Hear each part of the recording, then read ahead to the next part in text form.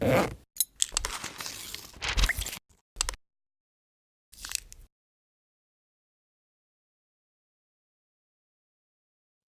title of this webinar series is Who Knew? 97 Ways to Extend Infusionsoft with the API. And there, I probably could go way past 97 if we wanted to, and maybe we will, who knows.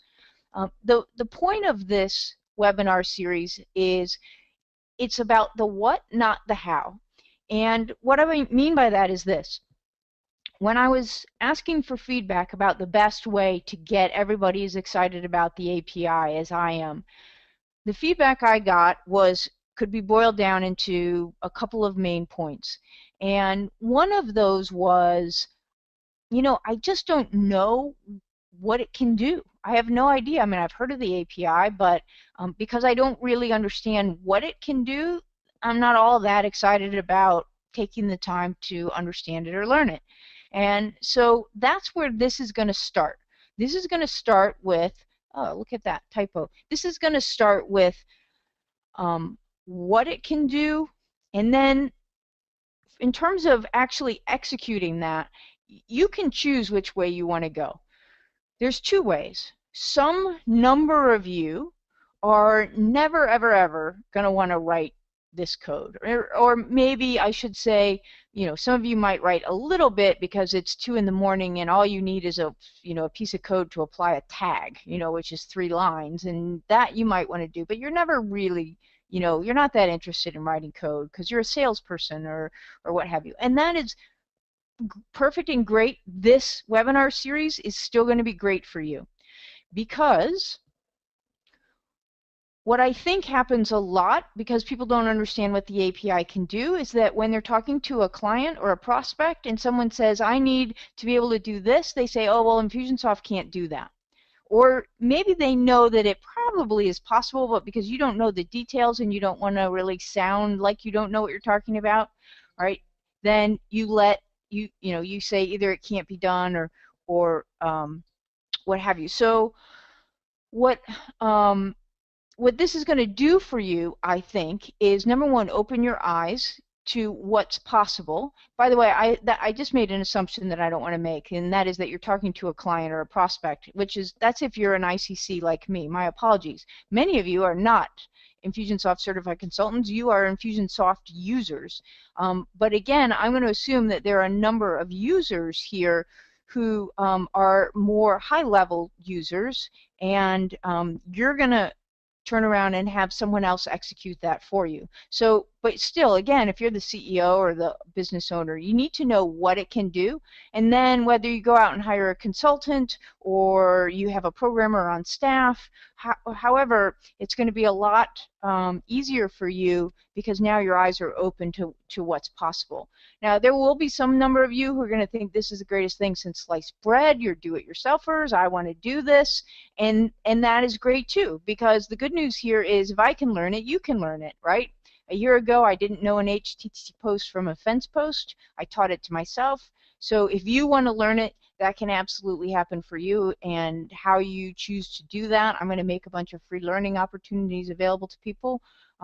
You can teach it to yourself or whatever, but you can definitely go on and do that. So either way, this is going to be appropriate for you. The way I'm going to do that is I'm going to give you real-life projects. So these are things that I have actually done, either for myself in my own business or for clients as a certified consultant. This particular project today is a fairly simple one, and this was for a client very recently, in fact. And the project was to give new members access to their iPhone app. So the background is that this company uses both Infusionsoft and iMember 360 on a WordPress site. They had a non-Infusionsoft developer create an iPhone app for them. That developer created a system where the credentials for the iPhone app went in a database table, in a MySQL database table on the client's server. So they had to get name and password and all that information in that database table to be able to get their new members access. Those two things weren't talking to each other. They were manually entering those new records after every sale by hand, and they wanted to have this automated. So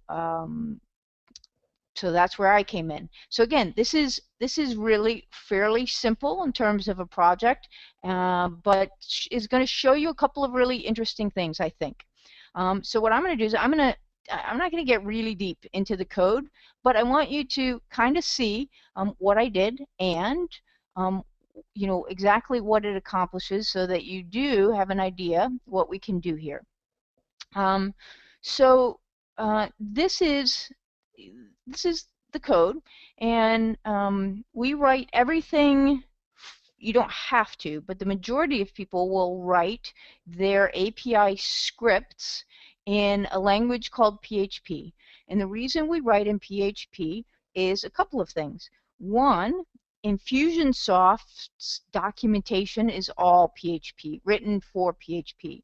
They're on what we call the SDK or ISDK, which you can see right here in my code, is written for PHP. Now, what is an ISDK? So these are little helper functions that Infusionsoft wrote to do common tasks in the API, so that you don't have to write big, long hunks of code over and over and over again. You just call these little helper functions out of the SDK that you can literally cut and paste out of their documentation into your code and get things done. So again, all this ISDK is all written in PHP, which is the reason why I use it. It's a very forgiving language. It's very easy to learn. So for all those reasons, we write in PHP. So that's what this document is. Now, so this is what you may have heard people talk about scripts. Well, what is a script? Well, to me, I don't know exactly, but the way I think of it is, you know, a script is kind of like a mini program. When I think of a program, I think of something big, lots of lines of code. Although some of our scripts are, you know, 1,000 lines, but you know, generally when I think of a script, I'm thinking, you know, 100 lines of code or less, something to just get a very specific job done. So we write our scripts in PHP, which is what this is. Now, one of the key things that I want you guys to understand in the event that you decide to learn this for yourself is that this is a lot of cut and paste. I mean, in this day and age, maybe 20 years ago you had to learn all this because you didn't have the internet. But in this day and age, there is nothing that you need to do that someone hasn't posted a code sample somewhere. You know, so basically it's not programming anymore. It's, if you understand the logic, you can find the code, which makes this all so much more accessible than what it was previously. Now, what I'm highlighting here, the first 28 lines in this particular script, I always start with these 28 lines in every script that I write. And then I may comment some of them out, but this is kind of like my security blanket, okay? So what this first chunk does is, this first chunk, first of all, just says, echoes hello world, and says, right, that this page is working. I can find this page. Echo just means print onto the screen. Hello world with a break. If you know any HTML, that means just that's like a carriage return, okay? And then we're going to hook this up to the Infusionsoft SDK, which is what allows us to talk to the API, which is the brain of Infusionsoft. Now, this is kind of a really big version for me because I'm, you know, I like to write code for dummies, and so this has a bunch of ifs that says, if I connect, then tell me I'm connected. If it doesn't, tell me I'm not connected. And then I have this comment: once you know your connection works, then you just comment out what is above, and then uncomment this little short version of it, and your code's a little cleaner. So here's what I'm going to do, just really quickly, because this is something that confuses people when they're first starting about the API. This is, by the way, in PHP, there's two ways to comment code. A single line, you comment with these two hashes. If you want to comment big chunks, you put hash star, and then at the bottom of it, star hash. And this is just something that I do. One of the things I learned when you're a beginner, don't assume that anything works. So I tend to write in chunks. I try it, and then when it works, I go write the next chunk. Okay, so right here, I just want to show you guys something. So where is this PHP file, and how does this work? Well, because that's the biggest question everybody has, right? So this PHP file actually is on my server at Site 5. This is where my website is. You can see, actually, I got a bunch of websites here. And on using an FTP client, I create a little folder called scripts in my, I'm using FTP, and I put all my little scripts in there, and one of those is this one called Webinar 1 Start. Okay, and that's the one that we're going to be working with today. Now, when I say save, what's happening is it's saving that directly on my server.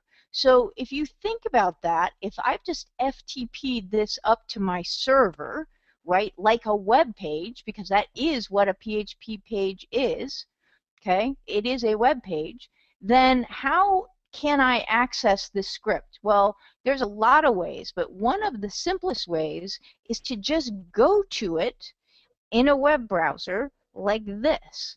Webinar underscore start. Wait, I think I got that wrong. I think it's, oops.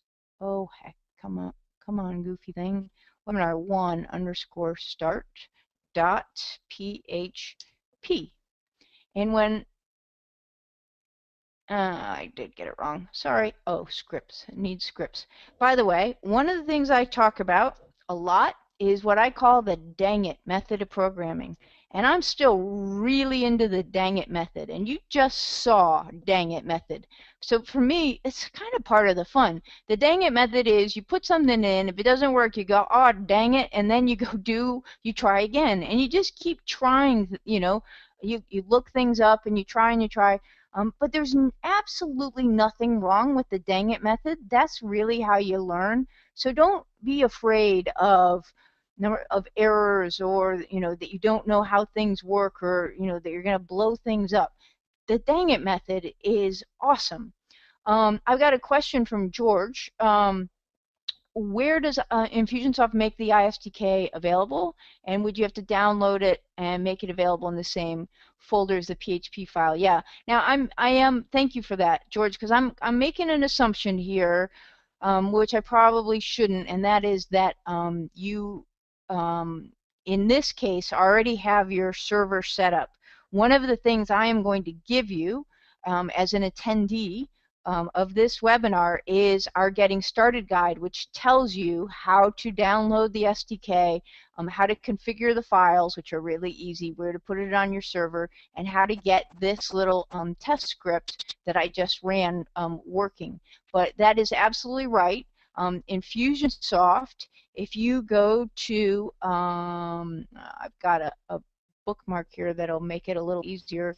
Infusionsoft has this developer area, and if you go to help.infusionsoft.com/developers, right here is where you download the SDK, and then these things are really, really useful too, because you're going to use them to figure out what tables are there, what fields are in the tables, and etc. But all of that is in our Getting Started guide.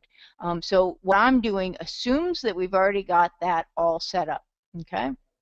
But thank you for that, because I forgot to say that.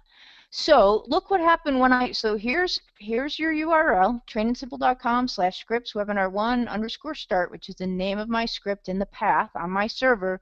And when I went to that page, this is what executed. Hello world, I'm connected. And what that's doing is just this, right? Echo, hello world, and then require the SDK, instantiate the that SDK, and then if I'm connected, echo connected, otherwise echo not. So now I know I'm connected, right?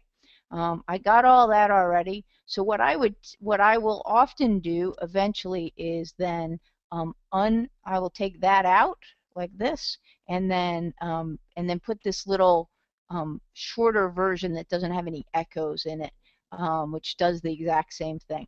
All right, but that's how we get connected. Now, so what I'm going to do now is I'm going to take our comment code and I am going to move that down.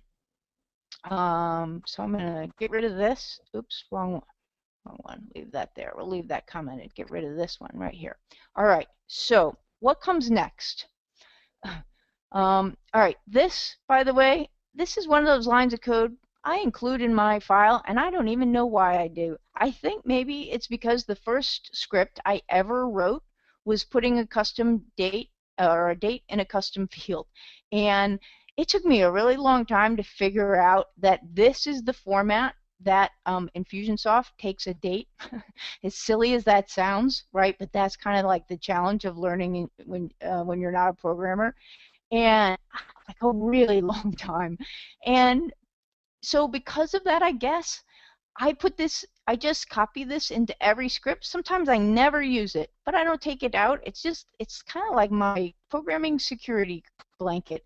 You know, it doesn't hurt anything. It's just a variable, current date, and then the date format that Infusionsoft likes. But a lot of times I use date, so it's there.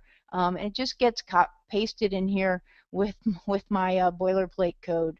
But like I said, it's kind of my security blanket. Now, okay, now here's where it's going to get interesting. So we have to, what are we doing here? Think about, you always got to think about what it is you're doing, right? So we want to take information from a new member, okay, who's just become a member in a membership site, and we want to pull that information out of Infusionsoft and write it into this external database that gives them access to the iPhone app. Okay, so one of the, the kind of the main thing that you're always working with is a contact ID. And so to start with, when I'm creating code, what I always do is I never hook it up to Campaign Builder to start with, or however else I'm going to do it. I always get it working here in my browser first, and I generally use my contact record, which is 11.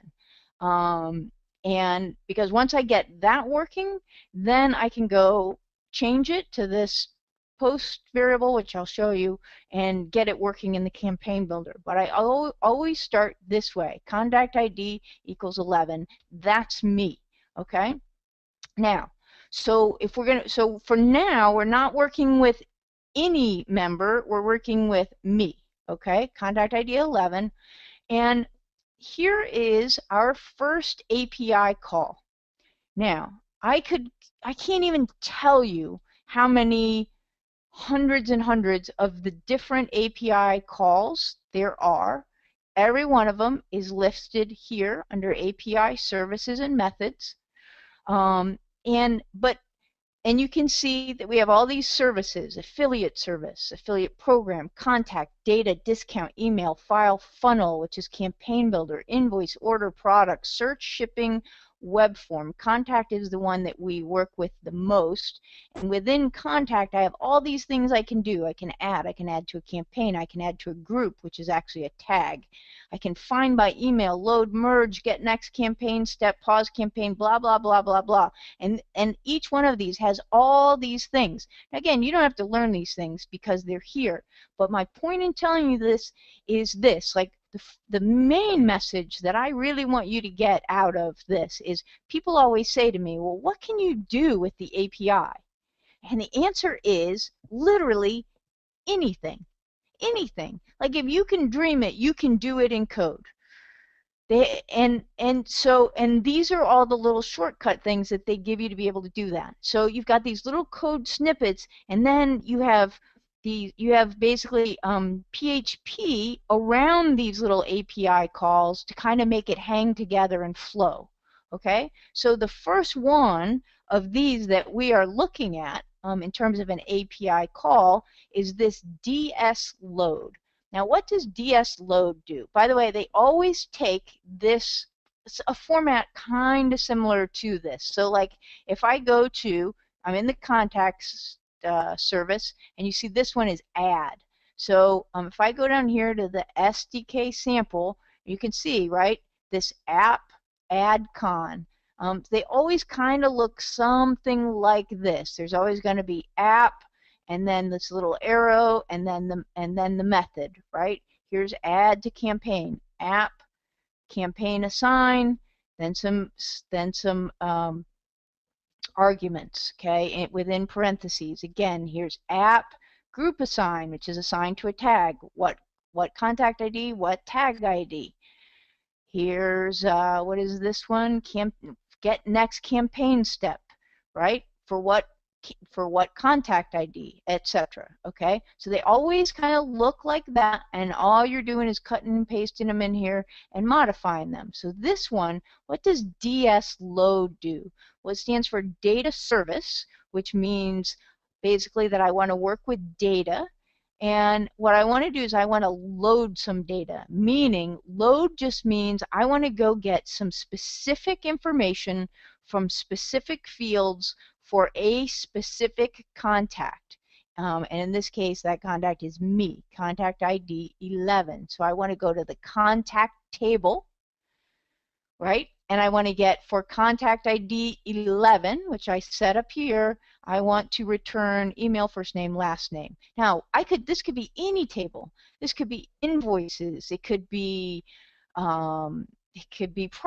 It could be tags. It could be anything, any of the tables, right? But contact's the one that we want right now, because what we're trying to do is go find email, first name, last name for this contact 11. Now you may wonder, like, why is it contact 11, or why are we working with contact ID, and why do we have to go get that? And I will show you in a bit when we hook it up in Campaign Builder. But for now, just understand what we're doing. We're saying Infusionsoft, go to the contact table, look up contact ID 11, and give me back their email, first name, and last name.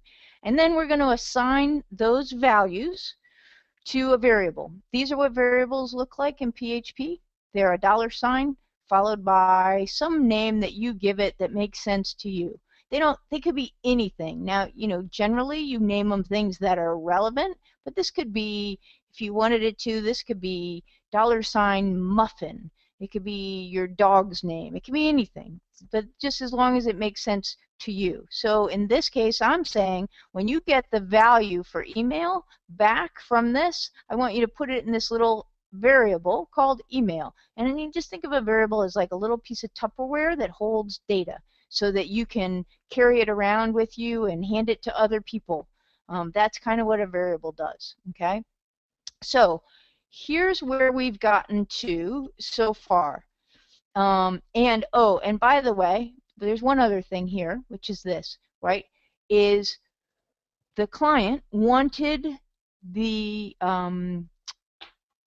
access to that iPhone app to expire in 6 months, because that's when their membership programs, how long they run. So what I just did here is I calculated, I used a little date function to calculate the date 6 months from today's date. So every time this runs, it's going to put in my little Tupperware called expire today's date plus 6 months, okay?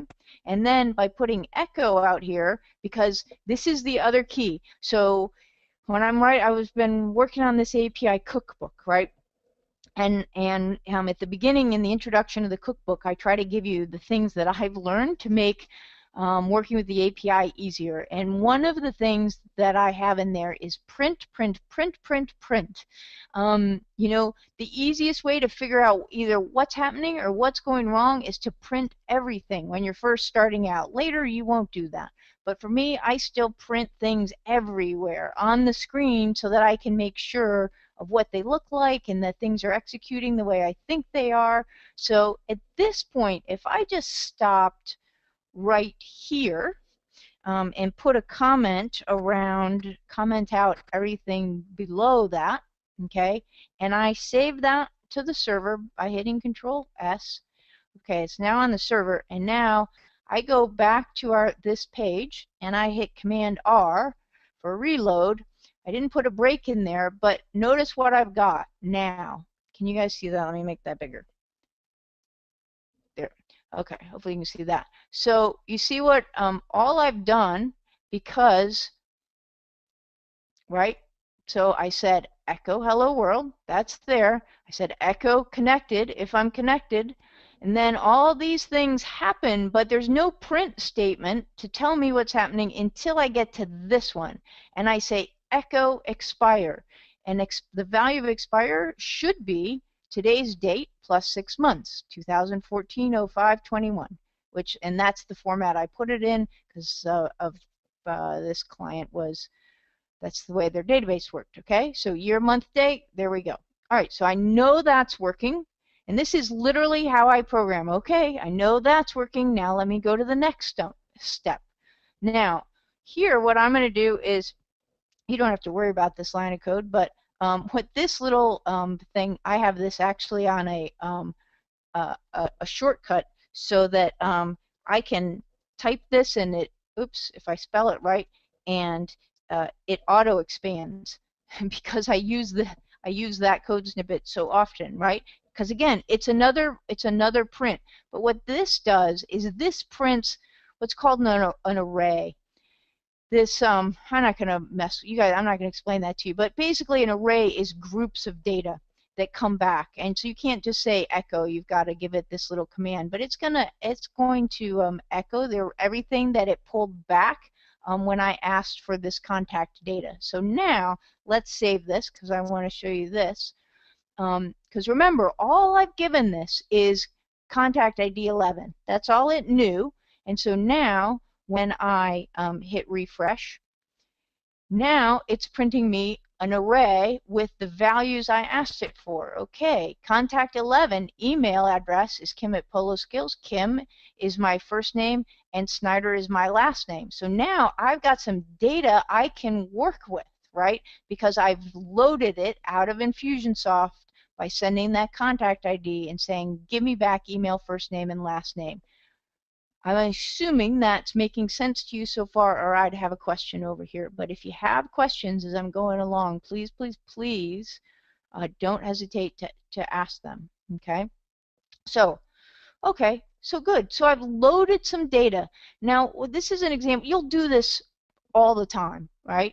What we're doing here is we're taking data, we're pulling it out of Infusionsoft so that we can work with it somewhere else in our script. Now maybe we're going to put it back in Infusionsoft. Maybe we're just going to work with it and leave it. But in this case, we're actually going to write it to an external database. Now, I got to tell you that when I figured out that I could write things to an external database and that it was simple, this was like opening up the keys to the kingdom. I can't tell you how many things I suddenly was able to do that I couldn't do before. And I'm going to talk about I'm not just showing you this code. In a minute, we're going to talk about the use cases here, which is where this gets really exciting. Like, well, what, big deal, right? Well, no, big deal. I'll tell you what we do with this kind of stuff, like being able to connect to a database here in a minute once you understand what we're doing. All right, so what does this mean? Okay, well,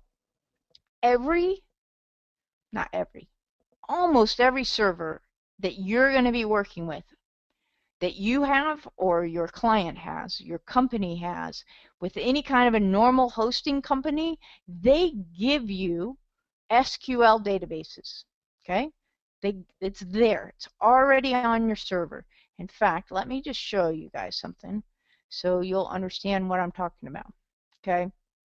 If I go to Site5 is one of the hosting companies that I use, and most of you, oops, of course I've timed out. Most of you, oops, some people can type and talk at the same time. I can't. I didn't ask you how many of you have ever worked with, cPanel or the back end of your website. But most of your hosting accounts are going to run on something called cPanel. This is a slightly different, it may be skinned slightly differently. But unbeknownst to most of us, was me until very shortly, down here is this thing, databases, MySQL databases, and PHPMyAdmin. And if you look at MySQL databases, most of them will allow you to create an unlimited number of databases, MySQL databases. And so here's some of mine: Cookbook Test, Infusion WP. This is one we're going to be using, MySnyder, Polo Skills Creative. Some of these are the WordPress databases. Some of these are ones that I've created and I use for different things. And these are the users of those databases, and you just go here into your website and you set these up. So if you ever want to do this, and I would, teach you how to do this. But basically, I've got a database set up, and I'm going to show you this. This is my database, ksnyder_ksnyder. That's just their naming convention. Okay, and I'm going to show you this database. You can do this. I shouldn't do it this way. I should do it the way you're going to do it. I actually now use a little program called SQL Pro so that I can look at my databases, and you can see like the content of the database. So here's the database, here are the tables, and here's the content. But let me just show you how you're going to do this at first. You're going to do it right here in your little control panel. See this, PHPMyAdmin? This is the coolest thing. Sorry, like most of you are probably going, yeah, right. I'm not a geek, really. But it is. Okay, so if I go into PHPMyAdmin, which is what I just clicked there, PHPMyAdmin, all right, it's going to show me my databases, okay, which are these. And the one I want that we're going to be working with today is called ksnyder. And then these are the tables, right? So a database is just a container for tables. Tables are they are containers for data that is related to each other in some way. And then what you can do is you link those tables together, right? So, but in this case, this particular table holds the membership. This is test data, but the membership or login credentials for that iPhone app. That's the related data that's held in this table, right? And so what I have to give it is username in the form of an email, a password, an email address, which is also their email address, their name, that expiration date, and a source. Okay, so awesome. All right, so this is a database, and you can make an unlimited number of these databases on your host, or at least more than you'll ever use, maybe not unlimited, but on your host. And even better, you can connect to them from your API script and write data to it and do all kinds of cool things with it. Now, I'm going to get this question. Guillaume, SQL Pro is not the same as Coda. So I am using Coda here. And what Coda does is is a couple of things combined into one. Coda, by the way, is for Mac. There are similar things for Windows. So Coda, this is both an FTP client. So when I save things, it saves directly to my server. It's a text editor, so I actually can sit here and write code and then just hit save, and it saves back to the server. It also, you guys aren't going to, oops, it's not going to connect because I don't have a password, but I can also open a terminal window and type command line straight into my server. So it's kind of an all-in-one suite, like Infusionsoft. But the thing it can't do, Coda can't do, is Coda can't work with MySQL databases. It can't connect to the MySQL databases. So I have another program here, SQL Pro, that does that. SQL Pro is free, and Coda is not. Coda is a paid program. SQL Pro is for Mac is free. Again, similar programs for Windows. And I just use this because to me it's easier than like logging in on the browser. But again, it does all the things that it does are identical to what you can do right in PHP admin. In fact, PHP admin can do things that SQL Pro can't do. But the things we need, it'll do in both places, right? So exact same data here and there. Okay. Awesome. My pleasure. All right, so so let's keep going. So we have this database set up, and I created the database, and when I created it, I defined these field names. Now, in this case, this is on my server, and I created this so that I could get my script all working before I moved it over to this client. So when I made this little table, I made it match what his developers had already made for the iPhone app. So I knew that username had to be called username and etc. Right? Sometimes though you just create it from scratch. But anyway, so that's what the idea is. And then, okay, so then here's what we do. So in PHP, we're going to connect to this database, that one that I just showed you. So we use this little command, kind of almost looks like an API call, doesn't it? But it's not. MySQL connect, and we say this is where you find it, localhost, because the script is running on the same server that the database is on. We don't have to give it any kind of a domain or anything. It's local. This is my username and password. You guys, now don't go ripping me off or anything, but I trust you, so I just left all this in here. It was easier than not.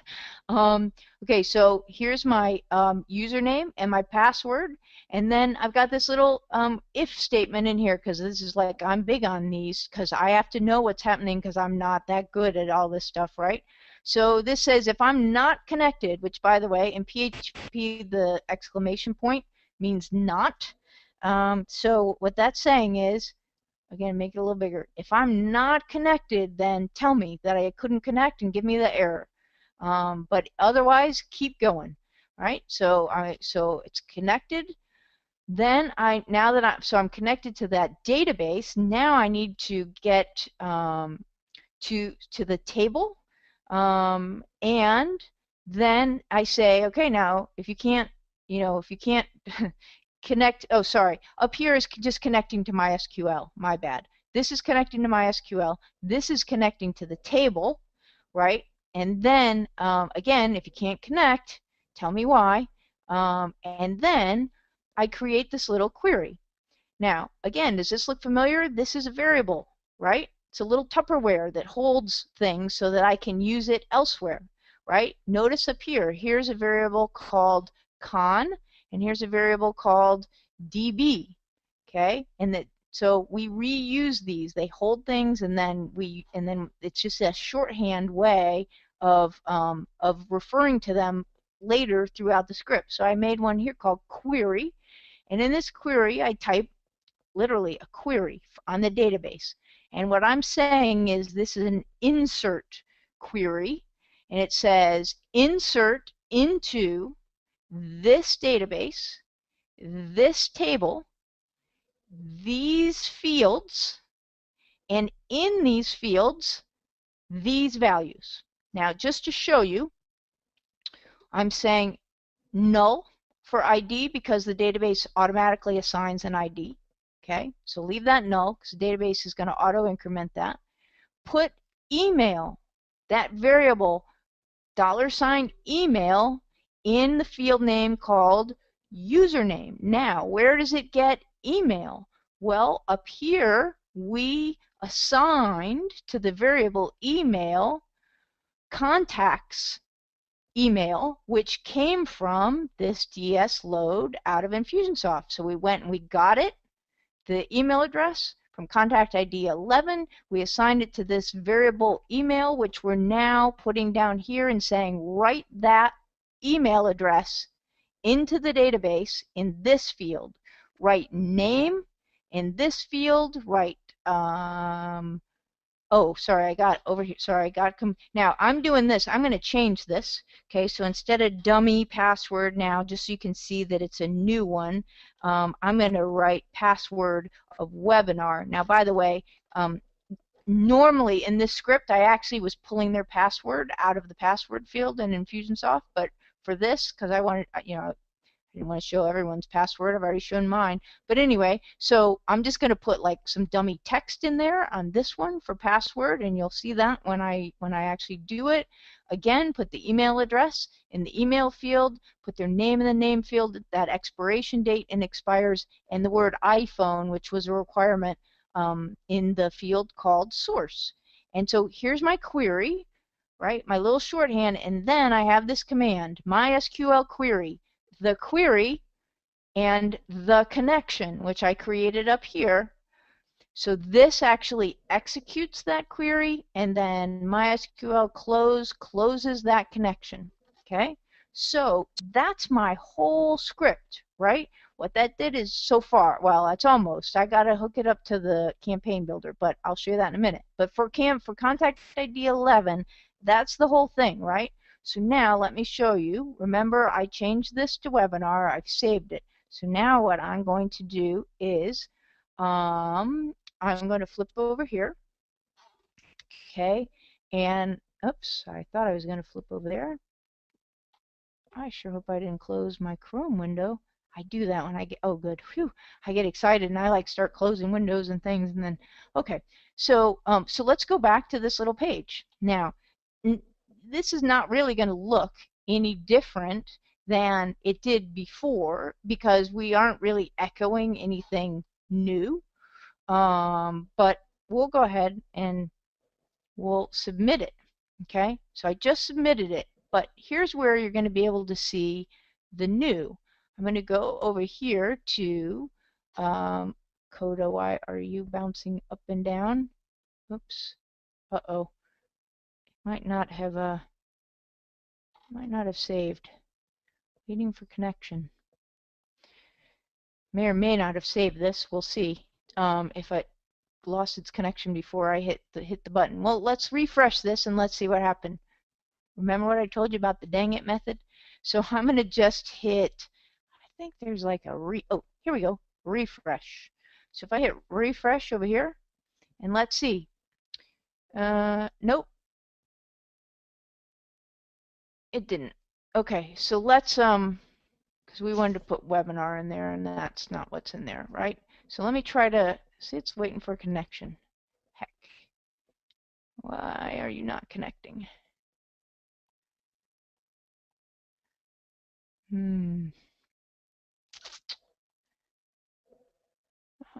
Awesome. I love when this happens right in the middle of a webinar. All right, so I'm going to hold off for a second. And while it's doing that, we'll come back to this and show you it going into the database. But while it's doing that, I want to show you the how we hook this up to the campaign builder. Okay, and it's this. So you've all heard of an HTTP post, right? So here's what we're going to do. Assuming that I can get this to connect at some point. I'm going to now take this out, this contact ID 11, and I'm going to put contact ID equals post variable ID. Now, how would we make this work in Campaign Builder? Oh, I got to go to Firefox. Oh, and I don't have Firefox open. I hate Firefox. I hate that they don't do this in Chrome, but Christy, can we get a copy of the code when we're done? Maybe not with MySQL passwords in it. Absolutely, yeah, absolutely, you can. I will send that out in the thank you email, or if you want it sooner than that, just send me an email and I'll send it right back to you. Okay, so Firefox is starting. I should have had this. Could not connect. Awesome. Okay. Sign in again. Oops, wrong app. By the way, for those of you who don't know, I my office is in a barn, in my barn, which is my dream. I've always, it's a nice barn, in case you're wondering. But I've always wanted to have my office in my barn, and I'm in the middle of South Carolina in a little bitty, I'm not even in the small town. I am way, oh, heck, outside of the small town. So I came from Dallas, where I had, you know, a T1 running into my house, and now I have like a lowly 5 MIPS of internet. But if I turn my webcam to the left, you'd see my horses literally outside my window eating and my dogs playing out there. And sometimes it gets a little loud, and sometimes my internet connection is less than reliable, but the trade-offs are definitely worth it. So, okay, so let's go to the campaign builder. Standard for New Zealand broadband. Yeah, I thought, when we were first moved here, I lived in town while we were building the house, and I had 40 MIPS, and I thought that was slow. Now I have like 5 MIPS and like not even one going up, and I'm like, ah. Okay, campaign builder, view campaigns. Now, I'm going to just use this dummy campaign here that I use. We have a little bit more to cover, and we're getting close to 5:20, so I better stop chatting and see if I can get this done. Okay, so let's imagine here, because remember the goal, right? The goal was a new member comes in and they wanted to automatically get this information in that database. So what I did for them was I set that up with a purchase action in Campaign Builder. So theirs were obviously different, but we're going to say purchase of a product in a specific category. I'm going to say Polo Skills Network. For them, it was a specific membership that got access.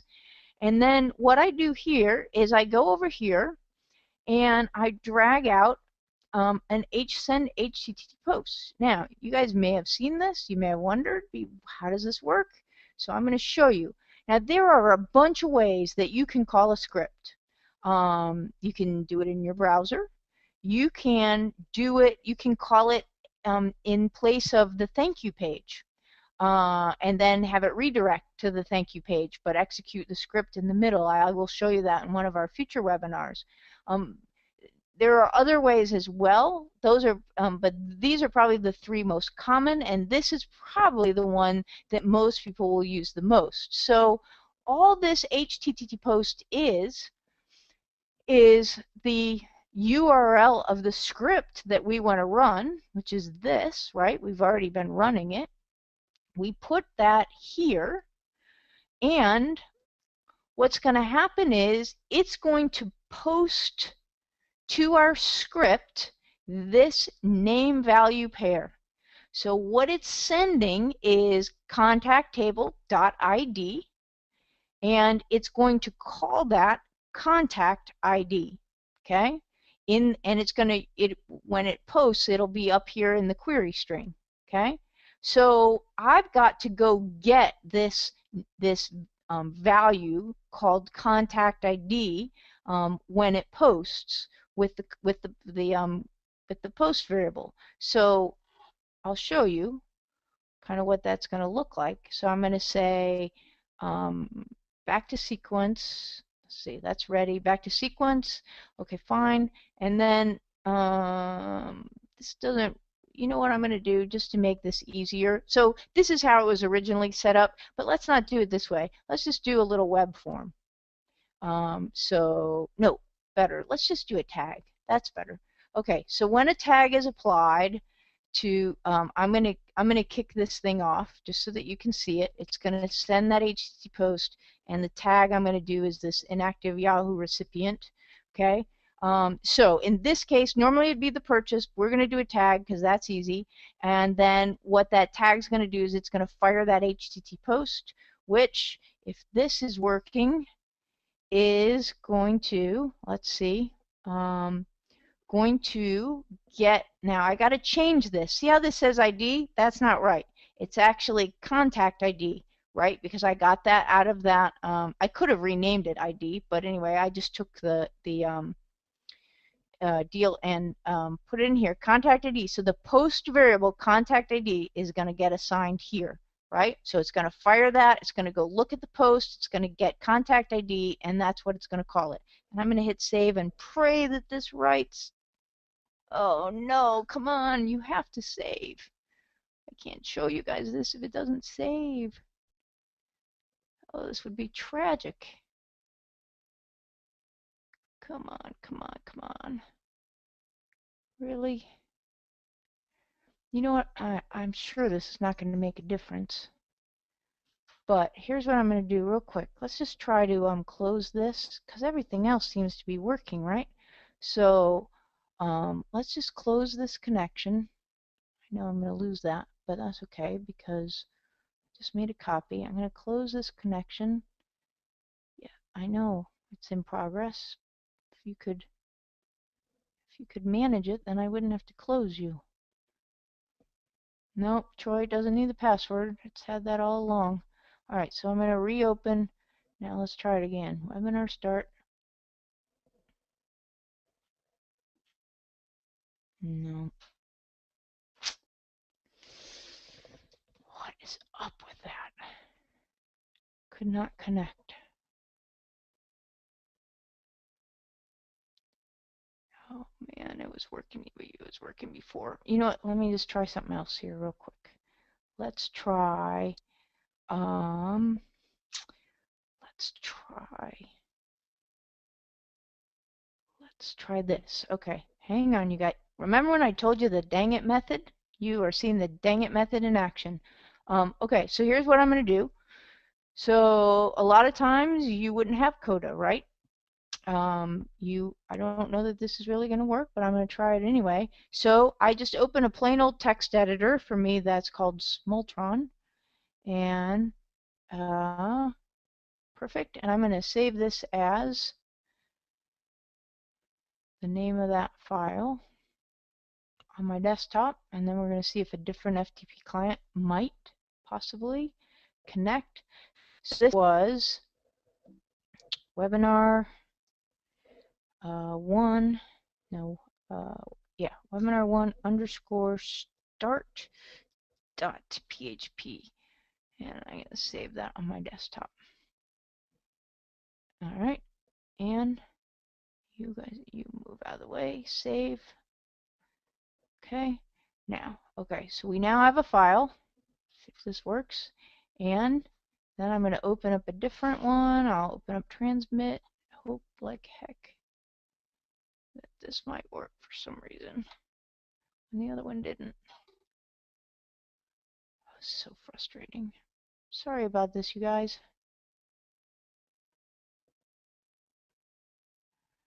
Okay, let's see. While that's going, unrelated question. Okay, we'll get to that. Technology happens. Brett, isn't that the truth? You would know, right? Okay, let's see. All right, here we go. Let's see if I can log into Site 5. Oh, we have a connection. And let's go to my desk. So this is just another FTP client that I'm in. And I'm going to go to my scripts folder. Where are you? Up here, scripts. And I'm going to pray that this goes in. Replace. Sweet. More than one way to skin a cat, you guys. Okay. Awesome. All right. So now let's do two things. Let's, number one, let me hit this. Okay. And, oh, that's not going to work because I've changed the post ID thing. But that's okay. Yeah, I know. Record wasn't found because I changed the post ID thing. That's okay. So we're going to go do it this way. I'm going to show it to you here. So now I'm going to hit publish. Publish, publish, and I am now going to go put a tag on someone. So let's put a tag. Let's go find a contact. We'll find one of a recent contact. Barb, you look like you need a tag. So what we're going to do is we're going to tag Barb. I guess I could have just done this in the little drop down thing, but whatever. Oh, where is that? Yahoo tag. There it is. Add a tag to Barb. Apply this tag. Now, okay, so what should have happened is I applied this tag to Barb. Campaign Builder then should have refreshed. See, there's one, and it's Barb. Okay, because what happened is well, yeah, it's Barb. All right, so that fired off that HTTP post, and if I did it right, then what should now happen is Barb will be in the database. So let's hit refresh and see if Barb's in the database. How about that? I love it when a plan comes together.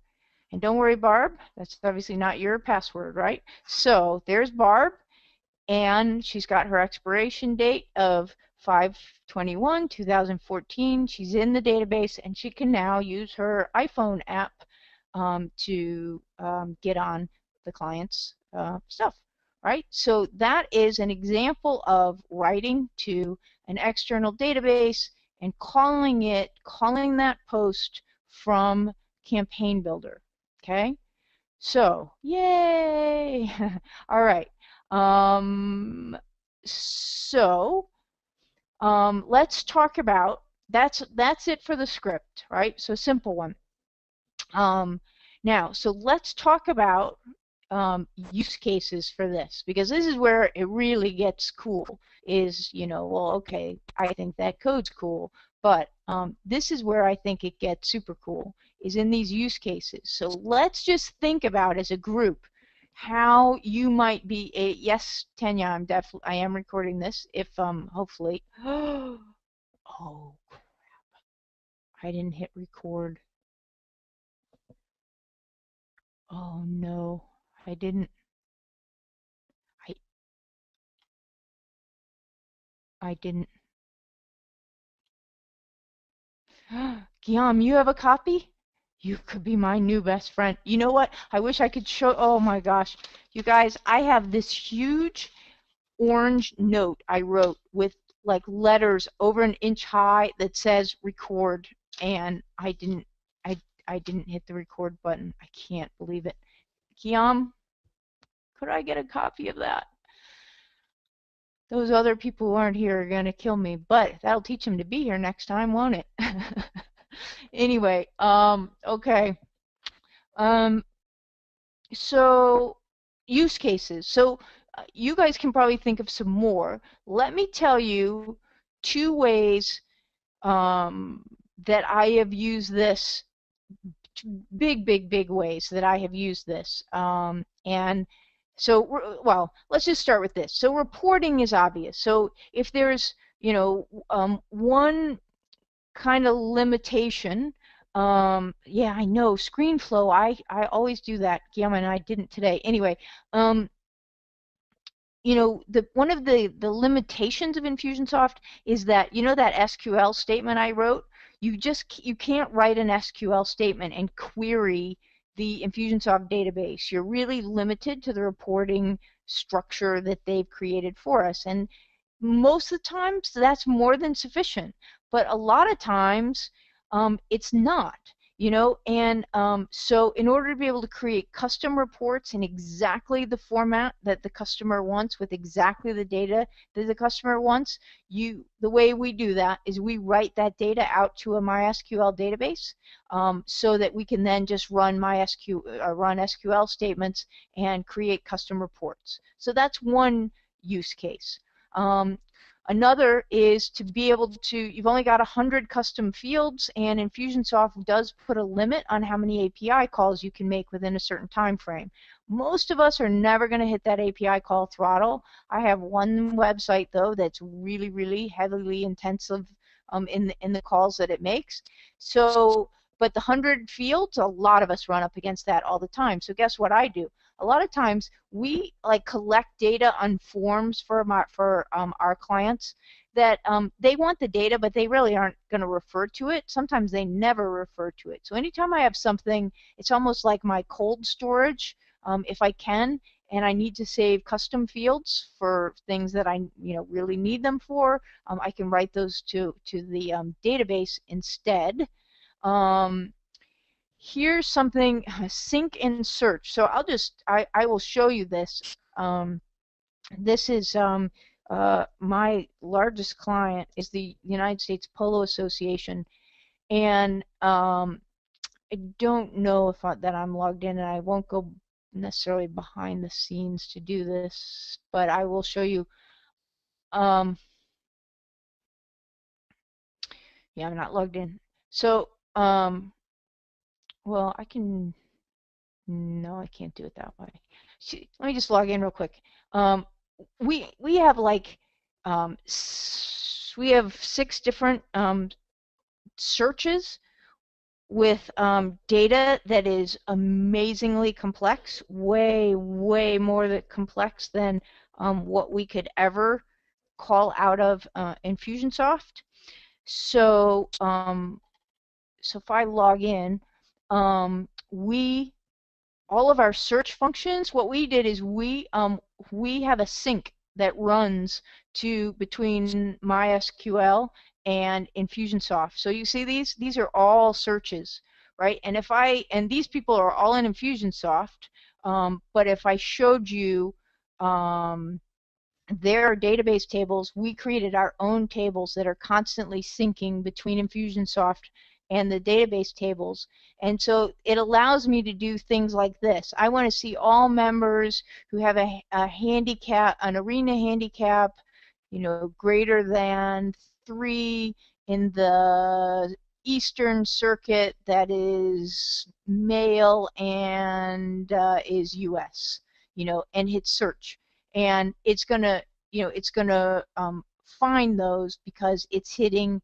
I'm able to do that because I'm hitting the MySQL database and not the Infusionsoft database. So that's an example where we've used this. Here's another one, and this one is huge too, right? And this one is probably one where more that's something that you might use. So auto renew orders. We have my 2 largest clients, U.S. Polo Association and another client. All of their auto renews don't use subscriptions in the subscription functionality in Infusionsoft. And there's a reason why we did it that way. There was a limitation in both cases that prevented us from using or easily using Infusionsoft's auto renew orders. So in the case of my other client, the issue was he was absolutely insistent that his auto renew orders had to have multiple products on them. They couldn't just have one. They couldn't get 3 different invoices for 3 different products. And there was no way for us to do that in Infusionsoft. In the case of the USPA, it's not product, it's memberships, right? But the thing that's weird about our memberships is, well, we have a ton of things that are weird. One of which is that we run on calendar years, and anyway, we have like all kinds of weirdnesses about our memberships, annual renewals. So we chose we looked at it and finally decided that it was just easier to go the MySQL route. So I'll tell you how we do that. In both cases, what happens is when someone chooses auto renew or auto ship, what we do is we write that quote. We process the order the first time as a one-time order, and then we write the order to a MySQL table or to a MySQL database. We write who the customer is, what the products are, blah, blah, blah, blah, all the information that we need, and we write the next ship date. And then what we do is we have what's called a cron job, which is something I'm going to explain to you guys in a future, one of these in the future. But it's basically, it just runs your script on a periodic basis. It can run every minute, it can run every 15 minutes, every hour, every day, every 2 days, every week, every year. So we just have that out there running a couple of times a day, looking for shipments that need to go out. And when it runs and it picks up a shipment, it uses the API to place an order through Infusionsoft with a one-time order, but now it has all 3 products on it. It's a one-time order, but it went off on the auto ship schedule. It processed the credit card. Everything looks the same. The client doesn't know that it's a one-time order, but it is in the back end of Infusionsoft, and then it just writes the next ship date. The other thing that makes it really, really easy for us to do is to write custom customer portals where they can control their auto renewals and their stuff. Easier than the ones that we can do from either iMember or use Customer Hub or or any other way, because again, MySQL databases are just really, really data friendly, right? So auto renew orders are a big one for us. I have another one that I use for a webinar for myself personally, where I want to send a text message an hour before a webinar, and I want that to be dynamic. In other words, I know I could use a date timer, but I want it has to be different for everybody, right? And when you use a field timer, you can't get to within an hour with a field timer. So I'm sorry, and I actually wanted it to be like 15 minutes before, so not an hour. So anyway, so I wrote, in fact, I've got a screencast about how I wrote that on Train and Simple that's free if you're interested. And so I use a little table to hold everybody who needs a text message. And then the same thing, it's a cron job sits and runs and picks it up 15 minutes before the webinar and then kicks off the script that sends the text message. So those are all examples of ways that I've used this writing to an external database. So I know we're kind of over on time. I don't know if anybody else has other ideas off the top of their head about what ways that you could use this with a client. Let's see, I got some questions and things. Hang on. Okay, let's see. Christy, I'll come back to you on that. We already established I forgot to record, and that Kiyam is going to save the day for us. Okay, got that one, got that one, got that one. Barb, I think Eventbrite uses a script like this to show a list of people who registered for an event. Correct. I'm not sure, actually. I've never used Eventbrite, so I'm not positive. Let's see. So Kristen says a client needs to update an external web directory for their members with data from IS contact records. I assume that this would work if I can get access to the database behind their web directory. Exactly. Currently, it is a task within a campaign to manually update the web directory when a member renews their subscription. That is absolutely a perfect use case. Directories are something that we use this for as well.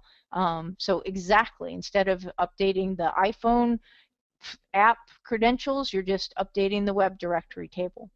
And MySQL is used a lot, right? It's the back end of a lot of websites. So you'd be surprised how many times you'll actually find, now that you're aware of it and know what it is and how it works, that there's data out there in those MySQL tables that you can now link and integrate with Infusionsoft. George, very cool. Thank you. I'm glad that you're enjoying. Hallelujah, awesome.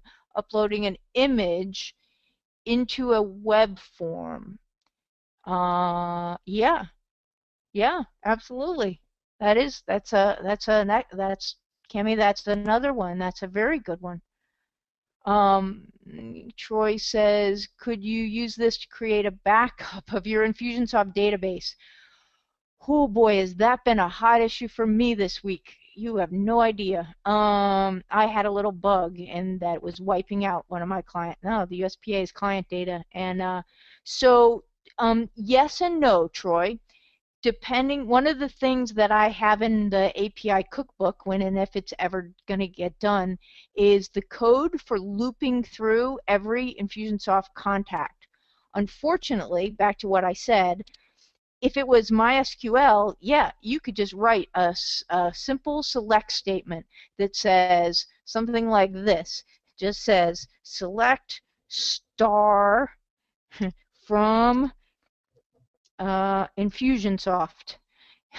And you hit return, and boom, that would pull every single piece of data out of the SQL table, every single one. But you can't use SQL on Infusionsoft, so you kind of have to work with it one record at a time, which is it's tedious, but definitely can be done with small, as long as you don't have 30,000 people on your list. So what you have to do is you have to write a loop.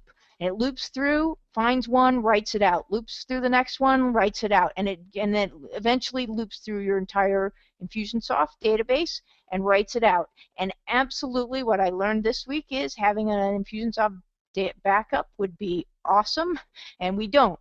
So that is absolutely a use case for this. Absolutely. In fact, it's similar. Remember, I told you that we're syncing between, and we're not taking a backup of the entire Infusionsoft database, but we're syncing selected data. And that's exactly what we're doing. We're looping through every time something changes, and we're writing it out to a database. So that's another great one, absolutely. Let's see what Christy says. One of my clients has a quoting process for building repairs. The fields are reused for new quotes.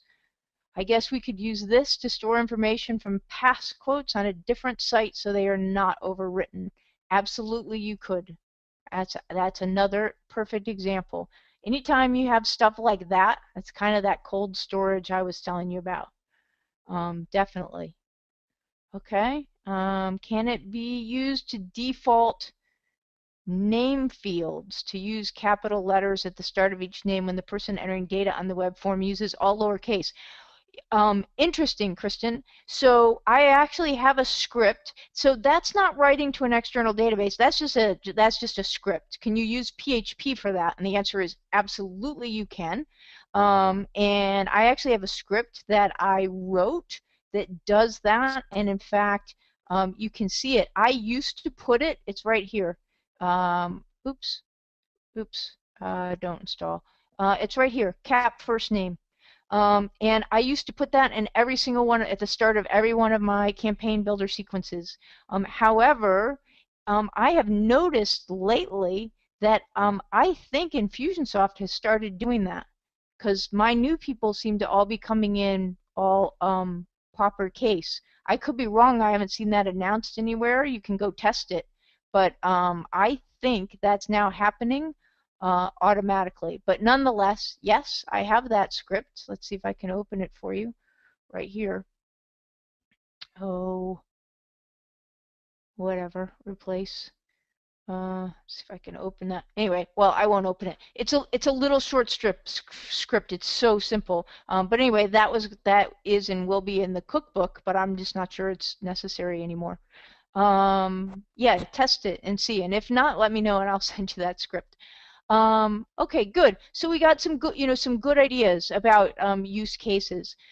Again, so this is like I showed you like one little tiny corner of the API and one tiny little non-API thing, and how you put them together to create a solution. There's, again, like 97 is an understatement. I can come up with hundreds of ways to extend Infusionsoft using the API. But what I wanted you to see out of this is that it's really not that hard. Once you know what you can do, you don't have to get too creative to figure out all the things that you can do. So with that in mind, I'm going to close up here. But I do want to let you know a couple things. Number one, I'm planning to make this a series, and I'm planning to make it in every 2 weeks. series, provided that people keep coming and showing interest. And so as long as you guys are interested, I'll keep doing it. If not, then obviously I'm going to stop. So this is what I've got scheduled so far. December 5th, which is 2 weeks from now, I'm going to do RFM, which is recency frequency monetary. It's it comes from direct mail. It's using dates, counters, and dollar values to time your touches in Campaign Builder. Then on December 19th, I'm going to do fun with dates. Dates are a huge thing that if you can work with those, half of what Plus This does, for example, is working with dates on your behalf. It's just these little scripts sitting in Plus This. You put in the stuff, and then Plus This runs these little scripts and feeds the answer back to you. That's basically all it is, right? And a lot of those are date related. So I'm going to show you all kinds of cool date things that we can do by giving you a behind the scenes look at the sequence that runs this webinar series, because there's all kinds of cool date stuff in there. And then January 2nd, I'm going to do parsing human names. I wasn't going to do that capitalizing names, although I guess I could. This is more about parsing names, meaning you have a someone, like let's say, who feeds you leads, and they are coming to you in the format of Kim Snyder all in one field, and you need to get Kim in one field and Snyder in another, for example, things like that. And then what happens when it's, J. Paul Snyder, or or they're in weird, they've got things like you've got names that are written like uh, like that, right? So how to parse all that properly into Infusionsoft. Then there's a lot of things to learn from that, and that's as far as I've gotten so far in terms of thinking through future surveys or topics. What I would love to hear, I'm going to send you a survey. So and as part of a campaign, imagine that. And short. And here's what I want to know. I want to know what do you need? Tell me what was useful about this. Tell me what you want more of, what you want less of. Tell me what topics you would like me to cover in the future. And what I'm going to do is, I told you that people who attend, we're going to get a free seat in my 4-hour course called Write Your First Script in 4 Hours or Less. And I am going to, I'm going to be a slight little bit of an Indian giver, because I really need this. So I'm going to say, if you will fill out that survey, I will give you my free course. I think it's going to be live. I haven't decided. If you have comment, in fact, I'll ask you what you think. Would you rather this be live, 4 hours with me, or would you rather it be done on demand in your own time? Because I can do it either way or both, but just tell me quickly which you prefer. Oh, hang on. Oh, but let's see. Another question. Oh my gosh, Christy. Oh, I'm sorry. I'm reading comments. I'm geeking out on this stuff. Awesome. Okay. Let me come back to, so I'm getting out of order. Christy's comment is this. I got to be really careful here. She said, I had some people telling me that Plus This does everything the API does. What would you answer to that in one sentence? I love Brad and them. I actually had them, that's the most ridiculous thing I've ever heard. So that's all I'm going to say about that. So, I mean, it's just a thimble full of what the API can do. A thimble. Useful what they do. I even use it at times, but a thimble. Okay, let me see here. Definitely, George. We definitely will chat. And I do remember us.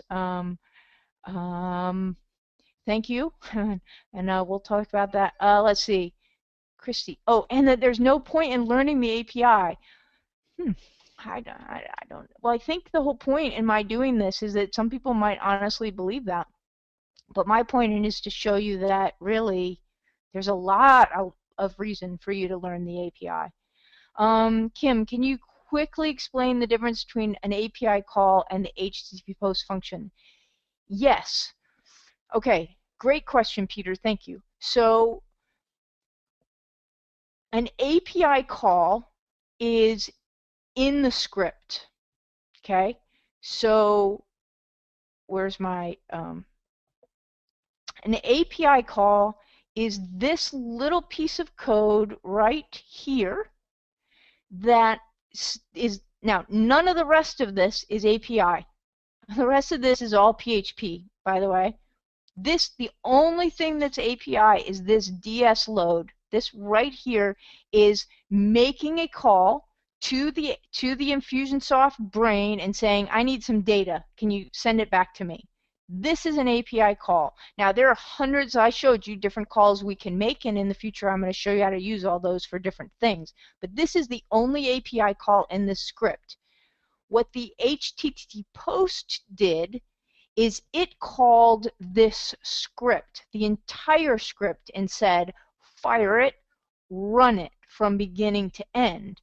And inside that script was an API call. So that's the difference. HTTP post calls a script. An API call specifically asks Infusionsoft for an action. Okay? Did that explain it, I hope? While I scroll down the list. Just spent hours. Good, Kristen.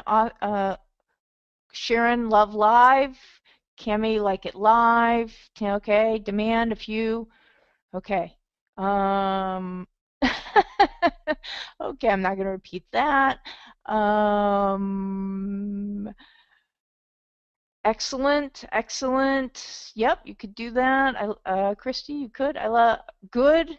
Okay, great, excellent, demand. Okay, so oh wait, hang on. I got thanks. I'm just looking to make sure I don't have any more questions. Okay, so good. All right.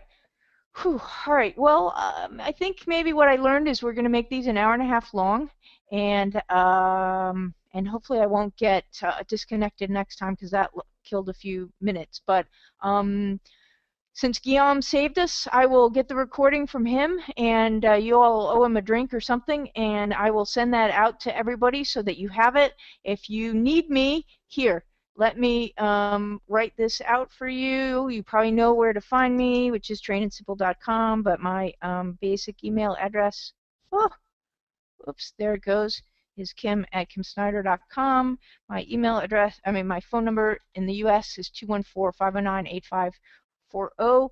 And if I can answer any questions for you, help you with anything, if you want to know what's possible or whatever, by all means, this is my favorite topic. So just let me know how I can help. And I hope that, oh, one more thing.